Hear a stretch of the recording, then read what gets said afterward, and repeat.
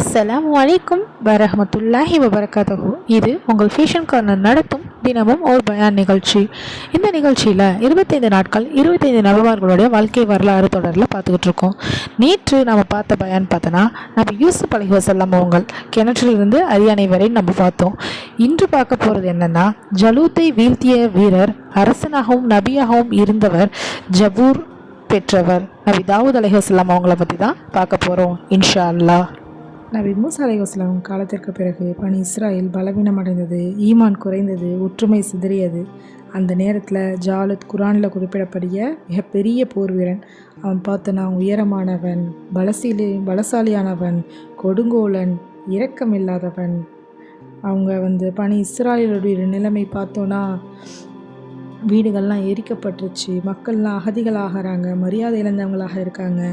அவங்க ஒரு நபியிட சமூயில்ங்கிற ஒரு நபிகிட்ட கேட்குறாங்க, எங்களுக்கு ஒரு அரசனை நியமிக்கவும், நாங்கள் அல்லாவின் வழியில் போராடுவோம் அப்படின்னு சொல்கிறாங்க. அல்லாஹ் தேர்ந்தெடுக்கிறான் தாலூதை. ஆனால் மக்கள்லாம் எதிர்க்கிறாங்க. அவர் ஏழை, அவரே ஏழை, அவருக்கு அதிகார மரபு இல்லை அப்படிங்கிறாங்க. அல்லாஹ் அதுக்கு பதில் கூறுறான், அல்லாஹ் அவரை தேர்ந்தெடுத்தான், அறிவிலும் உடல் வலிமையிலும் அதிகம் கொடுத்தான் அப்படின்னு சொல்லியிருக்காங்க. படை கிளம்பியாச்சு. தாலூத் சொல்கிறாரு, அல்லாஹ் உங்களை ஒரு ஆற்றல் கொண்டு சோதிப்பான், அதில் 1 மீட்டர் தண்ணீர் மட்டும் குடிங்க, அதிகமாக குடிச்சிடாதீங்க அப்படின்னு சொல்லியிருக்காங்க. பாலைவன தாகம், நாவு வறண்டு போயிருக்கு, கண்ணு முன்னாடி ஆறு ஓடி இருக்குது. அதை பார்த்தோன்னே பலர் கட்டுப்பாட்டை இழந்து தண்ணீரை குடிச்சிடுறாங்க. அதில் மீதம் இருந்த 313 பேர் அவங்கள்ட்ட சொல்கிறாங்க, எத்தனையோ சிறிய குழு பெரிய படையை வென்றிருக்கிறது அப்படின்னு சொல்கிறாங்க. இது குரானில் 2வது அத்தியாயத்தில் 249வது வசனத்தில் குறிப்பிட்டிருக்கு. இதுதான் ஈமானுக்கும் எண்ணிக்கைக்கும் உள்ள போராக இருக்குது. அந்த 313 பேரில் ஒருவர் தான் ஆடு மேய்த்த இளைஞன். அவருடைய பேர் தான் தாவூத் அலைஹி வஸல்லம். அவர்கிட்ட வாள் இல்லை, கவசம் இல்லை, படை இல்லை. ஆனால் இருந்தது என்னவோ அல்லாஹ்வுடைய மீது முழு நம்பிக்கை தான். ஜலூத் போர்க்காலத்தில் நிற்கிறான். யார் என்னை எதிர்கொள்வார்னு கேட்குறான். எல்லாரும் அமைதியாக இருக்காங்க. அந்த நேரத்தில் தாவூத் மட்டும் முன்னாடி ஒரு கவனக்கல், ஒரு வீச்சு, அந்த கல் ஜாலூத்தின் தலையில் பட்டு அவன் விழுங்குறான். அல்லாஹ் அனுமதியால் தாவூத் அலைஹி வஸல்லம் ஜாலூத்தை கொன்றாங்க. அந்த நாள் ஒரு மேய்ப்பவன் தேசிய வீரனாகிறான். போருக்கு பிறகு தாலூத்தும் மரணித்தார். அரசு தாவூத் அலைஹி வஸல்லம் அவங்க கைக்கு வருது. பின்னர் அல்லாஹ் அவரை நபியாக அறிவிக்கிறான். பனி இஸ்ராயேல் அரசு முழுவதும் நபித்துவம் ஒன்றாக இணைந்த ஒரே ஒரு காலம் அதுதான். இரவு நேரங்களில் மறைமுகமாக நகர்வலம் செய்தார். ஏழைகளுடைய நிலையை பார்த்தார். அரச கஜானாவை தனக்குன்னு பயன்படுத்தவே இல்லை. நாம் இரும்பை அவருக்கு மெய்யாக்கினோம். அதை கொண்டு அவர் கவசம் தயாரித்தார். அதை விற்று குடும்பம் பார்க்குறாரு. அதிகாரம் இருந்தும் தாழ்மையை இழக்கவில்லை. தாவூத் அலைஹிஸ்ஸலாம் அவங்களுக்கு ஜபூர் வேதத்தை வழங்கினாங்க.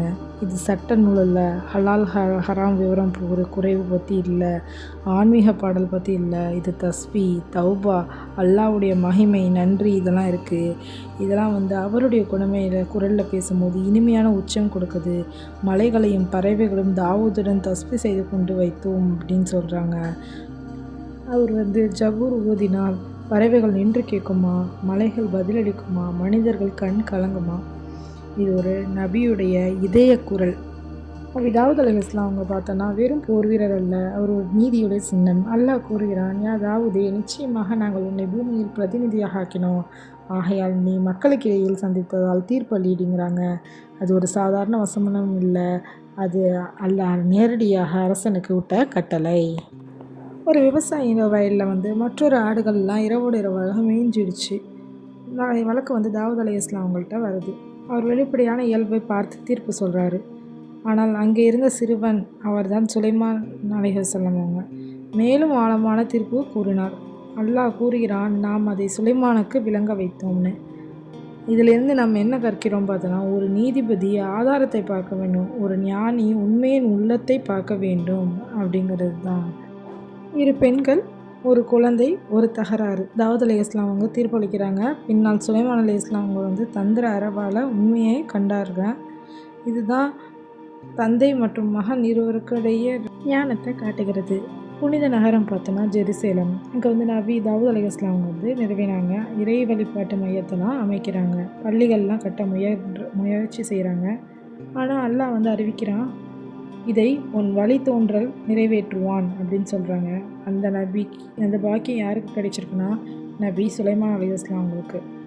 பைத்துல் முகதஸ், மூன்றாவது புனித மஸ்ஜித், இஸ்ரா மற்றும் மெஹராஜ் சம்பவ இடம், பல நபிமார்கள் தொழுத இடம்.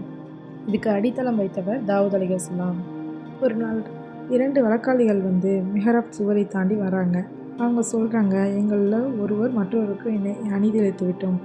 ஒருவரிடம் 99 ஆடுகள் வந்து மற்றொருவரிடம் 1 தான் இருக்குது அப்படிங்கிறாங்க. அதுக்கு தாவூத் அலைஹிஸ்ஸலாம் கேட்டு உடனே தீர்ப்பு சொல்லிட்டாங்க. பிறகு அவருக்கு உள்ளத்தில் வந்து அது ஒரு உணர்வு, இது ஒரு சோதனை. உடனே சஜ்தா செய்கிறாங்க, தௌபா கேட்குறாங்க, மன்னிப்பு கோர்றாங்க. அல்லாஹ் வந்து கூறுகிறான், நாம் அவரை மன்னித்தோம். இதில் மிகப்பெரிய பாடம் என்னென்னா, நபிகளும் சோதிக்கப்படுறாங்க. ஆனால் அவங்க உடனே அல்லாவிடம் திரும்புகிறாங்க. அலைஹிஸ்ஸலாம் கூறினாங்க, அல்லாவுக்கு மிக பிரியமான நோன்பை தாவூத் நோன்பு. அவர் வந்து ஒரு நாள் நோன்பு வைக்கிறாங்க, மறுநாள் நோன்பு விட்டுறாங்க, நீண்ட நேரம் தொழுகிறாங்க, கண்ணீர் மல்குறாங்க, தஸ்பீ ஓதுறாங்க. மலைகளும் பறவைகளும் அவரோட சேர்ந்து தஸ்பீ ஓதுகிறாங்க. அவர் ஒரு அரசர், ஆனால் உள்ளத்தில் அவர் ஒரு தாழ்மையான அடிமை தான். அல்லாஹ் வந்து தாவூத் அலைஹிஸ்ஸலாம் அவங்களுக்கு வந்து இரும்பை மென்மையாக்கினார்.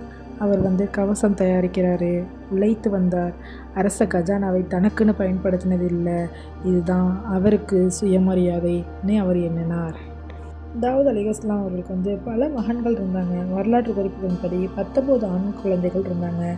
ஒரு பெரிய கேள்வி எழுந்தது, அரசு யாருக்கு, நபித்துவ பொறுப்பு யாருக்கு அப்படிங்கிறது. இது சாதாரண குடும்ப விஷயம் இல்லை, இது மார்க்க தலைவர்களை தேர்வு செய்கிறது. சமூகத்துடைய எதிர்காலம் அல்லாஹ்வுடைய திட்டம். தாவூத் அலைஹிஸ்ஸலாம் அவங்கள்ட்ட ஒரு அறிவுறுத்தினான், ஒரு தேர்வு செய், ஞானத்தில் உயர்ந்தவன் தான் வாரிசு அப்படின்னு சொல்லிட்டாங்க. அதனால் 17 கேள்விகள் மக்களுக்கு முன்வைக்கப்பட்டது. சில கேள்விகள் பார்த்தோன்னா, உலகத்தில் மிக கசப்பானது எது, நெருப்பை விட சூடானது எது, மிகப்பெரிய செல்வம் எது, மனிதனை வெல்வது எது. அனைவரும் அமைதியாக நிற்கிறாங்க. ஆனால் ஒருத்தர் தான் முன் வராங்க. அவர் தான் அந்த ஒரு சிறுவன் சுலைமான் அலைஹிஸ்ஸலாம் அவர்கள். சுலைமான் அலைஹிஸ்ஸலாம் அவர்களுடைய பதில் பார்த்தோன்னா, கசப்புனா வறுமை, இனிப்புனா சொர்க்கம், பெரிய செல்வம்னா தாழ்மை, மிக கடினம்னா இறை மறுப்பாளிகளுடைய இதயம், மனிதனை வெல்வதுனா வயிறு ஆசை.